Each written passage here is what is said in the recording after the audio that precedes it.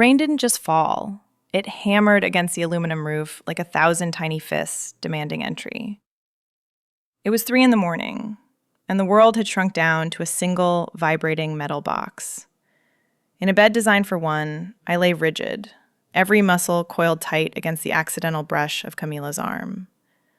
She slept deeply, her breath a soft, rhythmic counterpoint to the storm. The door was locked, but that wasn't why I couldn't leave. The terrifying truth wasn't the confinement. It was that for the first time in my curated life, I didn't want to run. I have always been a woman of precision. My life was built on the architecture of control. Spreadsheets for finances, distinct compartments for relationships, and a calendar that tolerated no ambiguity. I thrived in the cool, sterile air of boardrooms, where emotions were liabilities and silence was a negotiating tactic. Chaos was something to be managed, mitigated, and ultimately eliminated. Then there was Camila. Camila, who treated time as a suggestion and floor space as a canvas. She was a painter who carried the scent of turpentine and vanilla like a second skin, leaving a trail of charcoal smudges and half-finished coffee cups wherever she went. Her life was a riot of color and impulse, the exact inverse of my grayscale existence. We were friends, strictly, colleagues in the broadest sense, brought together by a shared social circle that found our contrasting energies amusing. I found her fascinating, in the way a physicist might study a particularly volatile reaction, safely from behind thick glass. The trip was supposed to be a favor, a necessary relocation of her grandmother's vintage Airstream from a storage lot in Nevada to her new studio in Oregon. She didn't drive anything larger than a Vespa. I had grown up driving my father's heavy trucks. It was a simple equation. I provided the logistical competence, she provided the vehicle, and we would spend 3 days traversing the high desert. A sabbatical, she called it. A nightmare of variables, I corrected. I remember the day we picked it up. The RV sat in the lot like a silver bullet that had lost its momentum decades ago. It was beautiful, in a retro, impractical way. All curves and polished metal, promising a version of the American dream that had long since rusted out. I walked around the perimeter, noting the tires that needed air and the hitch that looked suspicious. I was calculating fuel efficiency and safety ratings. Camila was already inside, throwing open the windows. "Smell that?" she asked, leaning out, her dark hair catching the wind. "That's freedom. No addresses, no rent, just movement." "That's mildew and old insulation," I replied, checking the door latch. "And freedom usually requires a working transmission." She just laughed, that low, throaty sound that always made the air in the room feel thinner. "You worry enough for both of us. That's why we work." We didn't work. That was the point. We existed in parallel lines that should never have intersected this closely. Standing there in the dusty lot, I looked at the interior. 40 square feet. A kitchenette that you couldn't turn around in without hitting your hip against the counter.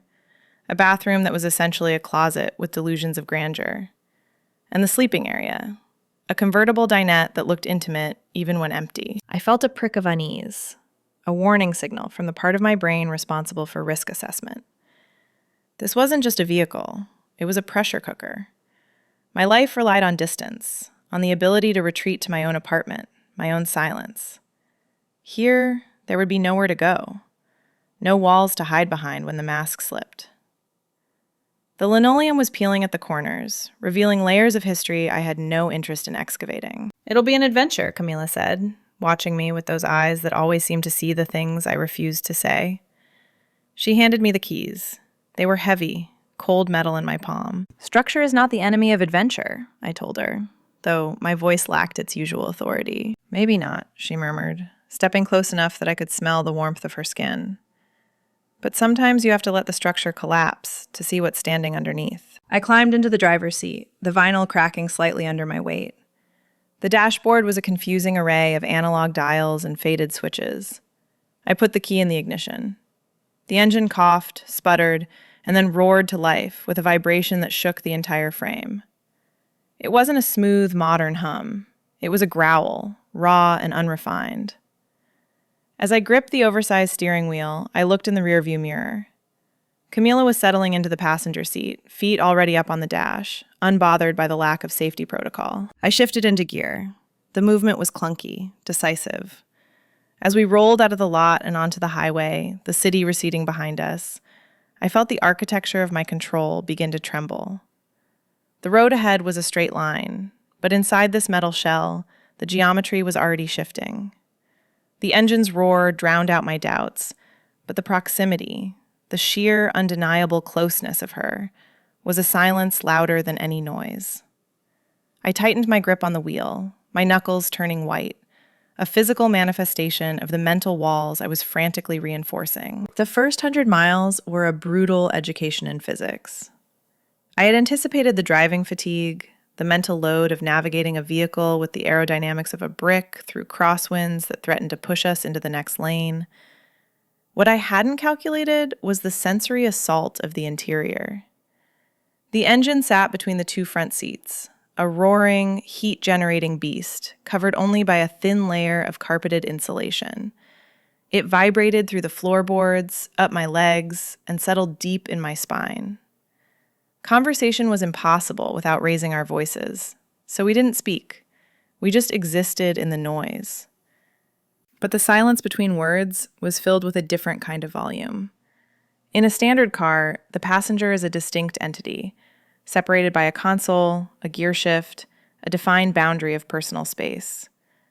In the RV, the space between the seats was technically walkable, a narrow aisle that invited movement. And Camila moved. She was incapable of stillness. She shifted her legs, she adjusted the vents, she reached into the back for water, she rummaged through her tote bag for a sketchbook. Every movement required a renegotiation of the available air. To get a bottle of water from the tiny refrigerator behind us, she had to unbuckle and stand. The RV swayed with the rhythm of the road, forcing her to grab the back of my seat for balance. Her fingers curled around the headrest, inches from my neck. I could feel the heat radiating from her hand, a phantom warmth that made the hair on my nape stand up. I kept my eyes locked on the horizon, my grip on the wheel tightening until my knuckles ached. I told myself it was safety. I told myself I was focused on the lane markers. Then came the return trip. She had the water bottle in one hand, the cap in the other. The vehicle hit a pothole, a jarring thud that sent a shockwave through the chassis. Camila stumbled. It wasn't a dramatic fall, just a loss of equilibrium that sent her hip colliding with my shoulder. It was a momentary contact. A fraction of a second where the soft denim of her jeans pressed against the rigid cotton of my sleeve. But the sensation lingered, long after she had collapsed back into her seat. It was an electric burn, a point of friction that seemed to rewrite the nerve endings in my upper arm.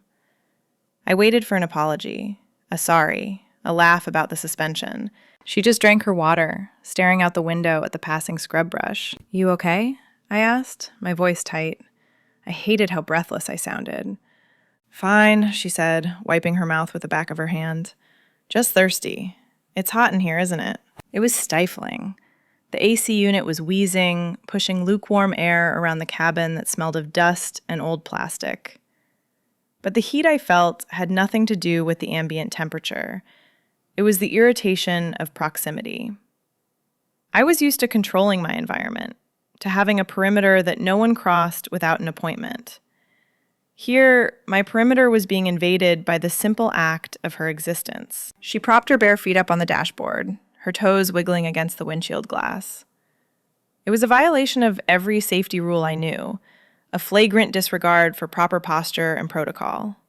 It drove me insane. And yet, I couldn't stop looking at the arch of her foot, the way the sunlight caught the dust motes dancing around her ankles. She was so at ease in this chaos. She didn't fight the vibration of the engine. She leaned into it. She didn't mind the clutter. She added to it. I felt a sudden, sharp resentment. Why was she allowed to be so comfortable, while I felt like I was being dismantled, screw by screw? She was humming now, a low, distracted melody that was barely audible over the road noise. It was intimate, that sound. It was the kind of noise you make when you are alone, when you are safe. It implied a level of domesticity that we hadn't earned. We were miles from civilization, surrounded by the vast, indifferent emptiness of the high desert. And yet, I had never felt more crowded. The geometry of the space was working against me. The walls seemed to inch closer with every mile marker we passed. The air grew heavier, charged with the static of unspoken things. I checked the mirrors, not to see the traffic, but to avoid looking at her, to avoid acknowledging that the irritation clawing at my throat was just a cover for a terrifying, bottomless curiosity about what it would feel like if she didn't pull away next time. The sun began to dip low, turning the sky a bruised purple. The shadows inside the RV lengthened, stretching across the floor like reaching fingers. The driving day was ending. The engine would turn off, the vibration would stop, and then we would have to figure out how to sleep in a room that suddenly felt smaller than the clothes I was wearing. The safety of the road, the excuse of focusing on driving, was about to evaporate, leaving us with nothing but the silence and the bed. When the engine finally cut out, the silence that rushed in was violent. We had parked in a gravel turnout designated as a campground only by a rusted metal fire ring and a wooden post with a number peeling off its face. Outside, the high desert was absolute, a void of black sage and vast, indifferent sky. Inside, the sudden absence of vibration left us ringing, 2 tuning forks slowly losing their hum. We had to build the bed. It wasn't a matter of simply turning down a duvet. It was an act of industrial reconfiguration. The dining table, where we had eaten a silent dinner of cold sandwiches, had to be unlatched from the wall. The metal leg had to be collapsed. The cushions, upholstered in a scratchy geometric fabric from the 90s, had to be arranged like puzzle pieces to form a flat surface. It's a double, Camila had promised back in the city. Looking at it now, illuminated by the harsh yellow glow of the overhead dome light, double felt like a malicious exaggeration. It was a platform that might comfortably sleep 2 children, or perhaps one very lonely adult and a medium-sized dog. For 2 grown women with histories and boundaries, it was a tactical error. We performed the choreography of getting ready for bed with eyes averted. I brushed my teeth at the tiny sink while she rummaged in her bag near the door. The bathroom was too small to change in without bruising your elbows against the fiberglass, so we turned our backs to each other in the main aisle. I stripped down to my t-shirt and boxers quickly, the air rapidly cooling now that the sun was gone. I could hear the rustle of her clothing, the soft thud of denim hitting the floor. It was a domestic sound, stripping away the professional veneer I used as armor. "Your side or mine?" she asked, her voice startlingly clear in the quiet. "Does it matter?" I replied, keeping my eyes on the book I had already retrieved. "It's all the same surface." I took the side against the wall, instinctively seeking the solid barrier. I lay down and opened my book like a shield, though I didn't read a single word. I was hyper-aware of the mattress dipping as she climbed in, the space between us measurable in mere inches. The RV settled around us. The metal groaned as it cooled, ticking and popping like a dying fire. The wind buffeted the sides, a gentle, rhythmic rocking that should have been soothing, but only served to remind me of how untethered we were. "You read fast," Camila whispered. I realized I hadn't turned a page in 10 minutes. "I'm thinking. About the route? About the logistics." She shifted, the friction of the sheets loud in the dark. "I lied, you know." I lowered the book slightly. "About the bed size?" I noticed. "No, about the sabbatical." She turned on her side, facing me. In the periphery of my vision, I could see the outline of her shoulder, the curve of her neck. "I'm not looking for inspiration. I'm just tired of the noise. I thought if I went somewhere quiet enough, I could finally hear myself think. But it's loud out here too." It was a crack in the facade. Camila, the artist, the chaotic force of nature, admitted to a stillness she couldn't master. It was a vulnerability I hadn't factored into my calculations. I wanted to offer a platitude, something efficient and closing, but the air between us was too heavy for fake comfort. "The quiet is just a mirror," I said, my voice softer than I intended. "It shows you what you're trying to ignore." "Is that why you keep the schedule?" she asked. "To keep the mirror covered?" I didn't answer. I reached up and clicked off the reading light, plunging us into absolute darkness. "Go to sleep, Camila." But sleep was a negotiation. I lay rigid on my back, arms crossed over my chest, mimicking a corpse to avoid crossing the invisible line down the center of the mattress. I listened to her breathing level out, deepening into the rhythm of sleep. The temperature dropped steadily, The thin walls of the airstream offered little insulation against the desert night. Sometime in the gray hours before dawn, the cold won. My conscious mind had shut down, the guard at the gate abandoning his post. I woke slowly, not to the alarm, but to a sensation of heaviness and heat. The morning light was filtering through the thin curtains, casting a pale, dusty glow over everything. The boundaries were gone. We were a tangle of limbs. My arm was no longer crossed over my chest, but thrown carelessly over her waist. Her head was tucked into the hollow of my shoulder, her breath warm and damp against my neck. Our legs were braided together under the sheets, seeking warmth with a biological desperation that ignored all social contracts. I froze, my heart hammering a frantic rhythm against my ribs. I could smell her, vanilla, sleep, and the faint metallic scent of the rain that had started to fall outside.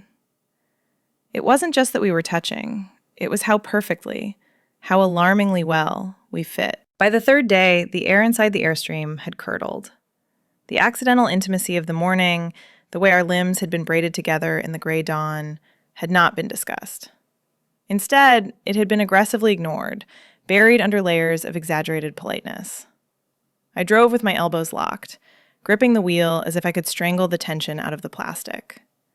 Camila sat in the passenger seat, her knees pulled up to her chest, studying a paper atlas with an intensity that felt performative. The GPS had surrendered to the emptiness of the landscape an hour ago, leaving us to navigate by landmarks and intuition. Camila's intuition, it turned out, was flawed. The pavement ended without warning. One moment, we were on a weathered 2-lane highway, and the next, the tires dropped onto washboard gravel with a bone-rattling thud. The noise changed instantly, from a hum to a roar, a cacophony of rattling silverware, vibrating cabinets, and the sickening sound of stones pinging against the undercarriage. Dust billowed up in the rearview mirror, a choking brown cloud that erased the world behind us. "Camila," I said, my voice vibrating along with the chassis. "Check the map." "It's fine," she said, not looking up, tracing a line with her finger. "It connects. It's a scenic byway. It cuts through the canyon and meets the interstate in 50 miles. This isn't a byway. This is a logging road." I slowed down, but the RV bucked and swayed, the suspension groaning under the strain. "We are towing 3 tons of vintage aluminum over ruts deep enough to swallow a tire. We need to turn around." "We can't turn around," she snapped, gesturing to the narrow track. On my side, a sheer rock face rose straight up. On hers, the ground fell away into a dry, scrub-choked ravine. "There's no room. You just have to keep going. You have to trust the road." "I don't trust the road. I trust infrastructure. I trust pavement."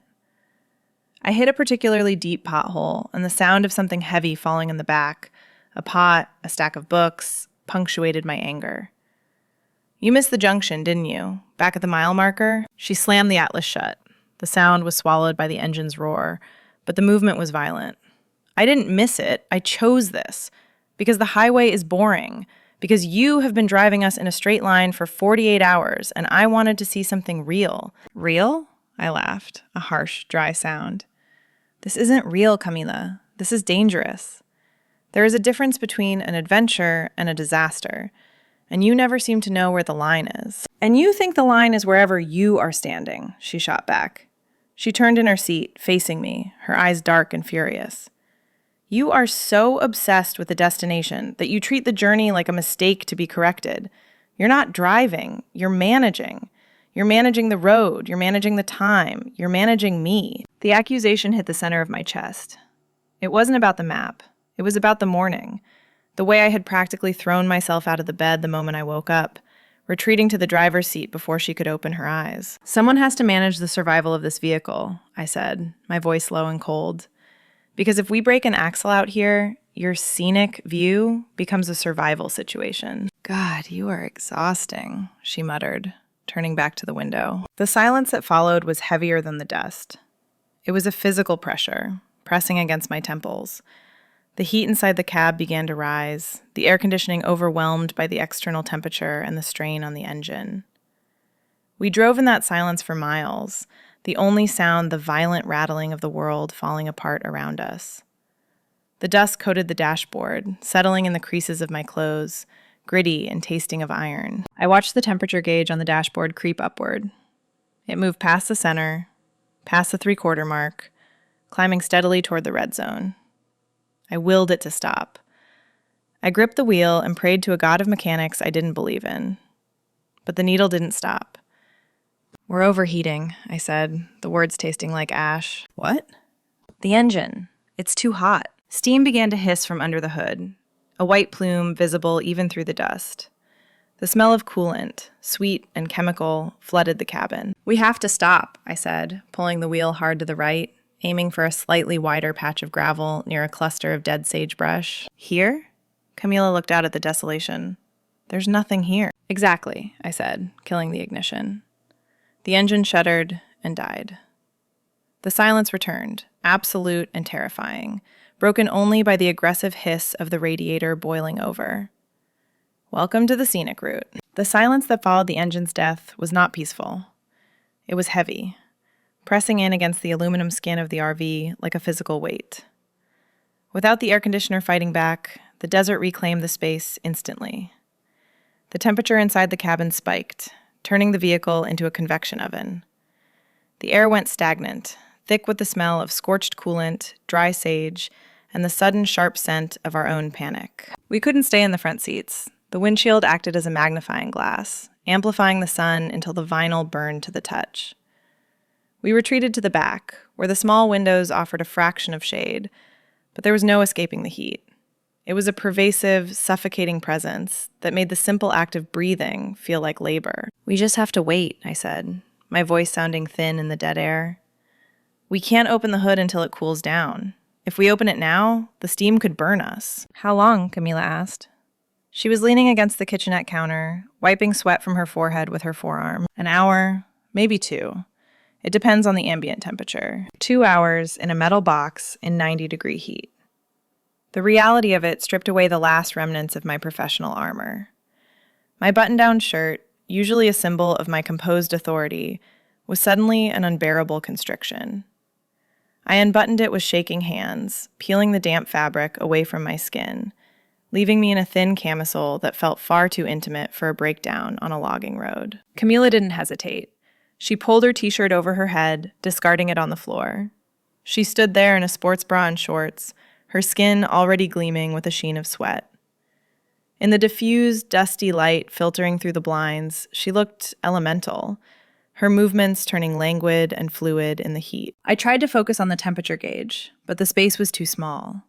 I watched a bead of sweat trace a path down the column of her throat, settling in the hollow of her collarbone, a mesmerizing detail that held my attention longer than the crisis at hand. We sat on the floor of the aisle, the coolest surface available. I retrieved a jug of water and a bag of dried apricots from the pantry. The water was lukewarm, tasting faintly of plastic, but we passed the bottle back and forth like a sacred object. "Here," I said, handing the bottle to her. Our fingers brushed, wet, hot, slippery. The contact wasn't electric this time. It was grounding. It was a reminder that we were two biological entities trying to survive an environment that didn't care about us. She drank deeply, her throat working, then lowered the bottle and looked at me. Her hair was plastered to her temples, dark strands framing a face that was flushed and unguarded. The anger I had felt earlier, the sharp, righteous fury about the map and the schedule, began to dissolve. It was impossible to maintain any defenses when your body was melting. "I'm sorry," she said quietly. She didn't look at the floor. She looked right at me. "About the turn. I didn't think it would be this bad." "It's bad," I admitted, leaning my head back against the cabinet. "But we're intact. She paused, picking at the edge of the rug. "I hate the interstate. I hate how it makes everything look the same. I wanted us to see the canyon. I wanted you to see it." "I see it," I said, gesturing vaguely at the dust-choked window. "No, you don't. You see a delay." She broke a piece of dried fruit in half and held a piece out to me. It was an unconscious gesture, intimate and maternal. I took it from her fingers, the tips of our hands lingering for a second too long. "I wanted you to see the color of the rocks, the way the light hits the mesa. I wanted to share that with you." I chewed the fruit slowly, the sweetness cutting through the metallic taste in my mouth. "I can't enjoy the view when I'm calculating the towing capacity of the bumper, Camila." "I know," she said. And for the first time, her voice wasn't defensive. It was soft, laced with a sadness that caught me off guard. "That's why I wanted to drive, so you could stop calculating." The admission hung in the hot air between us. She wasn't trying to sabotage my schedule. She was trying to sabotage my anxiety. She was trying to give me the thing I refused to give myself, a moment of uncurated experience. I looked at her, really looked at her, sitting cross-legged on the linoleum floor of a broken-down RV in the middle of nowhere. She was a mess, sweaty, dusty, hair wild, and she was breathtaking.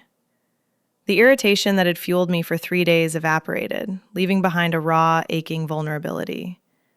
The heat had stripped us down, removing the layers of clothing and the layers of pretense, leaving us exposed in the most dangerous way possible. Outside, the relentless white glare of the afternoon began to soften.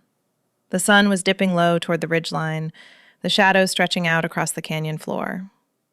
The temperature inside the cabin dropped a fraction of a degree, a subtle shift that signaled the end of the worst of it. But as the physical heat began to break, a different kind of heat, internal, specific, and terrifying, was only just beginning to rise. The threat wasn't over. It was just changing form. Night arrived with absolute authority. There was no twilight, no gentle fading of the light. One moment the sun was bleeding out over the ridge, and the next, the world outside the windows was erased, replaced by a darkness so complete it felt solid. We were no longer parked on a logging road. We were floating in a void. The only reality was the interior of the Airstream, illuminated by a single battery-operated lantern Camilla had found in a drawer. It cast long, wavering shadows that danced against the curved aluminum walls, making the space feel like the inside of a lung, expanding and contracting with our breath. The engine was still too hot to touch, a radiating block of iron that kept the cabin warm despite the plunging desert temperature. We couldn't leave. We couldn't fix it. We could only exist. "Emergency rations," Camila announced, her voice cutting through the silence. She pulled a bottle of red wine from the cabinet under the sink. It was cheap, the kind with a screw top and a label featuring a generic watercolor vineyard. Under normal circumstances, I would have politely declined, or suggested we ration our hydration. But the rules of my normal life had evaporated with the coolant. "Open it," I said. She cracked the seal with a sharp snap and poured the dark liquid into 2 chipped ceramic mugs. There was no ceremony to it, just the glug of cheap wine and the clink of pottery. She handed me one, her fingers brushing mine again. The contact was becoming a pattern, a series of small electrical shocks that I was losing the will to insulate myself against. I took a drink. The wine was warm, acidic, and tasted faintly of oak chips and regret. It was perfect. It hit my empty stomach with a comforting burn, dulling the sharp edges of my anxiety. I leaned back against the dinette cushions, watching Camila settle opposite me.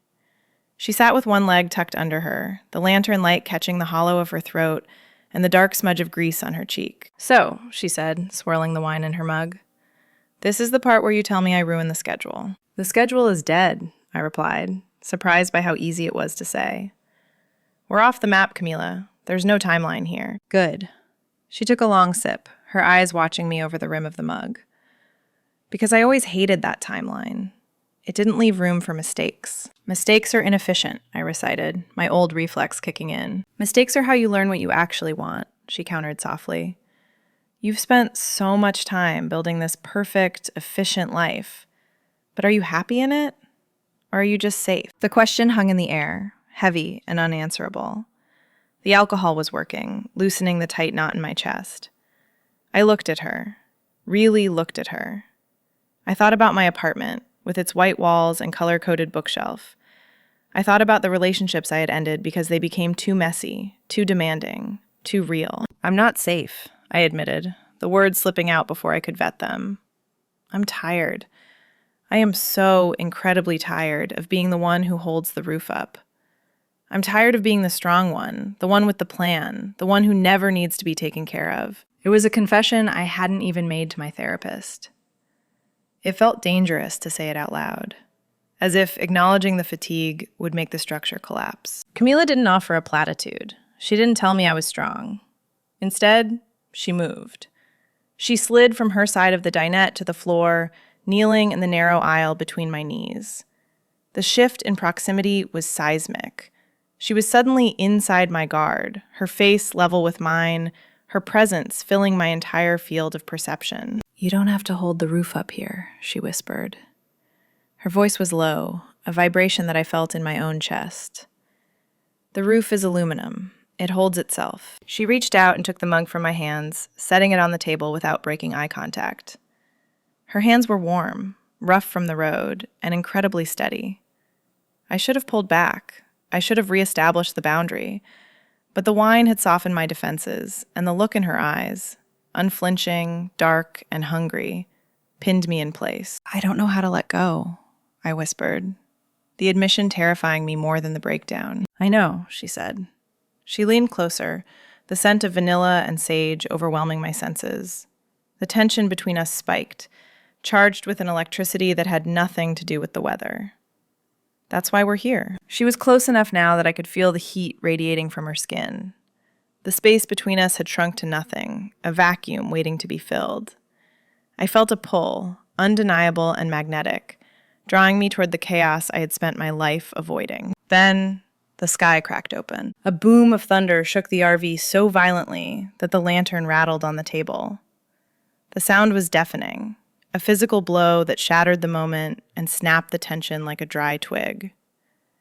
Rain began to hammer the roof, not the gentle patter from the night before, but a deluge, a violent assault that screamed against the metal. The sound was a physical assault. Rain on a residential roof is a lullaby. Rain on a vintage aluminum shell in a high desert squall is a bombardment.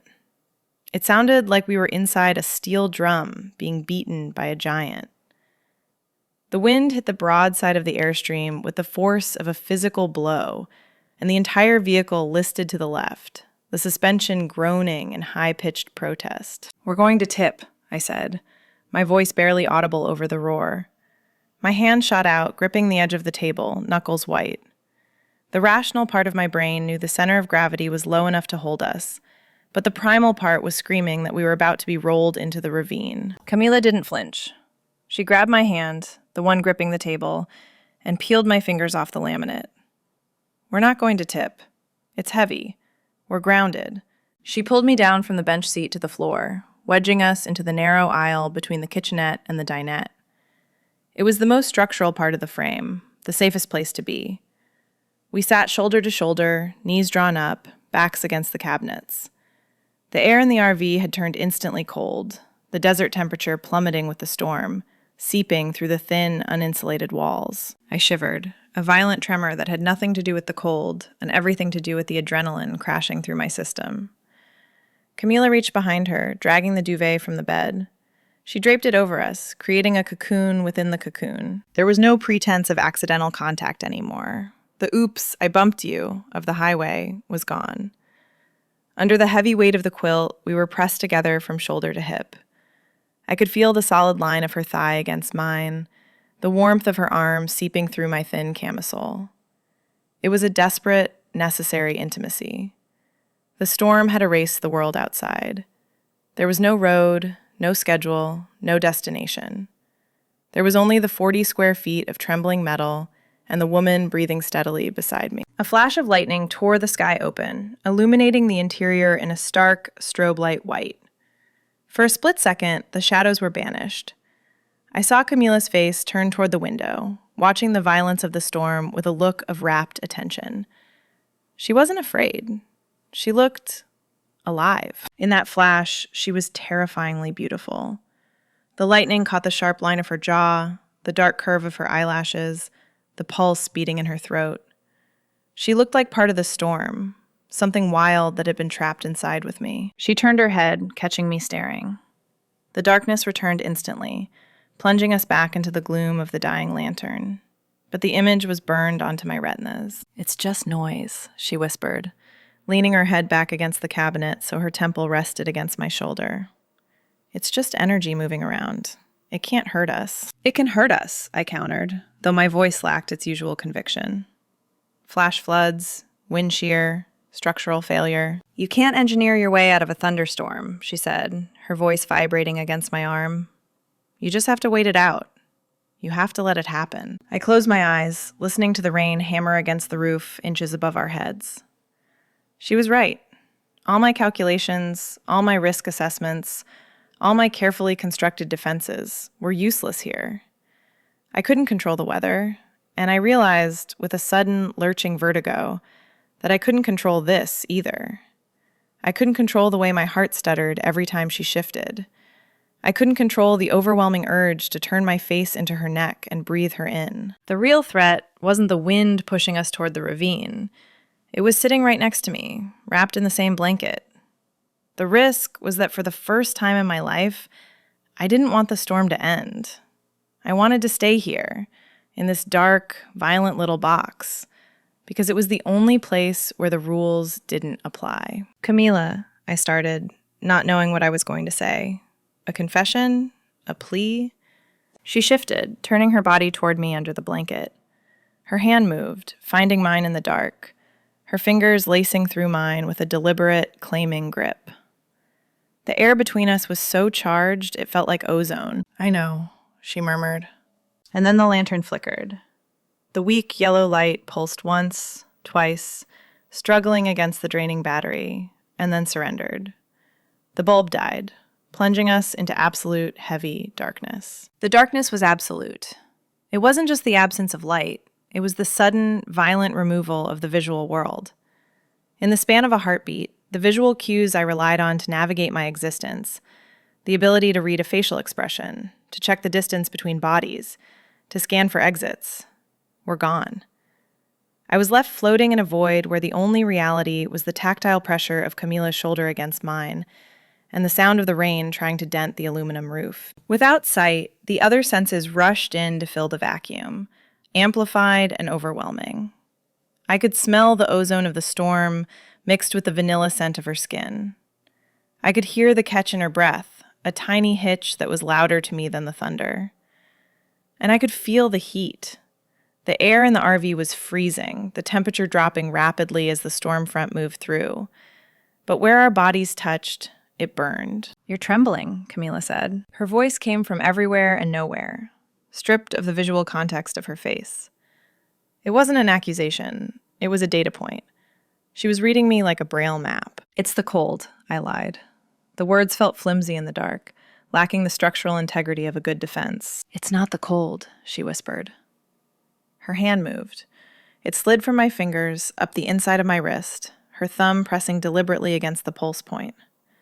My heart was hammering against the thin skin there, a frantic staccato rhythm that betrayed me instantly. "You're running at 100 miles an hour. Are you afraid of the storm?" "I'm not afraid of the weather," I said, my voice tight. "Then what?" She shifted in the dark, the rustle of the duvet sounding like a landslide. Her hand continued its upward trajectory, sliding along my forearm, past the elbow, to cut my jaw. Her fingers were cool, but her palm was hot. She traced the line of my tension, the locked muscle of my jaw, the tightness in my neck. It was a touch so tender it felt like a violation. It breached the perimeter I had spent 3 days and 30 years reinforcing. "I'm afraid of this," I breathed. The admission was involuntary, pulled out of me by the gravity of the moment. "Of us?" "Of me," I said, the truth spilling out into the blackness. "I'm afraid of what happens if I stop holding on. My entire life is a bearing wall, Camila. If I relax, the whole thing comes down." "Let it come down," she murmured. Her face was close now. I could feel the warmth of her breath ghosting across my lips. "You don't have to carry the ceiling. We're on the floor. You can't fall if you're already on the floor." "I don't know how to fall," I whispered. "I only know how to stand." "Then let me pull you down." It wasn't a question. It was an invitation to ruin. And God, I wanted it. I wanted the ruin more than I wanted the safety. The exhaustion I had felt earlier expanded, pushing against the back of my eyes. I was so tired of the map. I was so tired of the correct turn. "I want to be lost," I admitted, my voice breaking on the last word. "I want you to burn the schedule. I want to be lost with you." "I can do that." She closed the gap. It wasn't a tentative, testing exploration. It was a collision. Her mouth found mine in the dark with a precision that belied her chaotic nature. It was a claiming. The kiss wasn't soft. It was desperate, fueled by 3 days of friction and the high-pressure system of our proximity. It tasted of cheap wine and desperation. My hands, usually so careful to keep to their own side of the console, found purchase in her hair, gripping tight, pulling her closer, until there was no air left between us. The duvet tangled around our legs, the handle of the cabinet dug into my back, and the floor was hard and unforgiving. But I had never felt more grounded. My restraint didn't just crack, it shattered. I kissed her like I was drowning and she was the only oxygen in the room.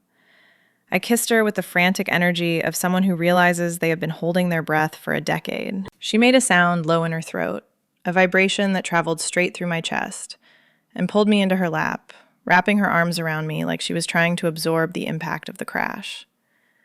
The storm outside raged on, hammering the metal shell, screaming against the glass, but it was irrelevant.